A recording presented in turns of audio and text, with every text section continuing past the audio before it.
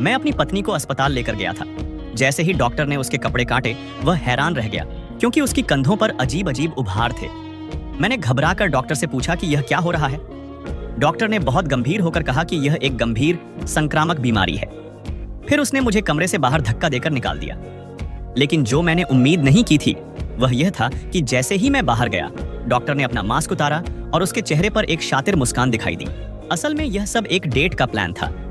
मेरी पत्नी के कंधों पर जो उभार थे वह कोई बीमारी नहीं थी, बल्कि कॉफी बीन्स थी जो गोंद से चिपकाई गई थी। इसका पूरा मकसद सिर्फ मुझे रास्ते से हटाना था। उसके बाद जो हुआ कोई देखना भी नहीं चाहेगा, और उस वक्त मुझे इसकी कोई जानकारी नहीं थी। तभी एक सफाई कर्मी कूड़ेदान खाली करने आई। उसे कूड़ेदान में गोंद की ट्यूब मिली। पहले तो उसे कुछ नहीं लगा, लेकिन फिर उसने आधा बैग कॉफी बीन्स का निकाला। यह बिल्कुल वैसा ही लग रहा था जैसा मेरी पत्नी की त्वचा पर था। यह समझ में नहीं आता, मैंने कहा। और फिर भी वह अभी उसी कमरे में है और वह इस तस्वीर जितनी अच्छी नहीं लग रही। लेकिन जब उसने मेरी पत्नी की तस्वीर देखी तो सफाई कर्मी ने कहा कि मेरी पत्नी हर हफ्ते इस अस्पताल में आती है। पहले तो मैंने उस पर भरोसा नहीं किया क्योंकि यह पहली बार था जब मैं अपनी पत्नी को यहाँ लाया था। लेकिन सफाई कर्मी ने जोर देकर कहा कि वह यहाँ 5 साल से काम कर रही है और वह गलत नहीं हो सकती। उसका आत्मविश्वास देखकर अचानक मुझे सब समझ आ गया। मैंने गोंद और कॉफी बीन्स उठाई और बदले की एक योजना बनाई। डॉक्टर, मैंने तुमसे क्या कहा था? बाहर निकलो, बाहर निकलो।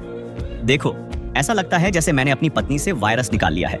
मेरे हाथ पर भी कॉफी बीन्स देखकर उन्हें समझ आ गया कि मैं सब जान चुका हूँ। लेकिन फिर भी वे सामान्य बनने की कोशिश कर रहे थे। डॉक्टर ने मुझसे कहा कि मैं अस्पताल का गाउन पहन लूं और वह जल्द ही मुझे चेक करेगा। फिर वह मेरी पत्नी के साथ बाहर चला गया ताकि उनकी अगली चाल तय कर सके। मेरी पत्नी की घबराई हुई शक्ल देखकर डॉक्टर ने उसे भरोसा दिलाया।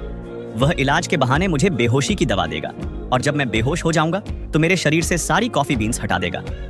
इस तरह कोई सबूत नहीं बचेगा। उन्हें लगा उनका प्लान बेहतरीन है, लेकिन उन्हें अंदाजा भी नहीं था कि असली मुसीबत आने वाली है। जब वे कमरे में लौटे, मैं गाउन पहनकर बिस्तर पर लेटा हुआ उनका इंतजार कर रहा था।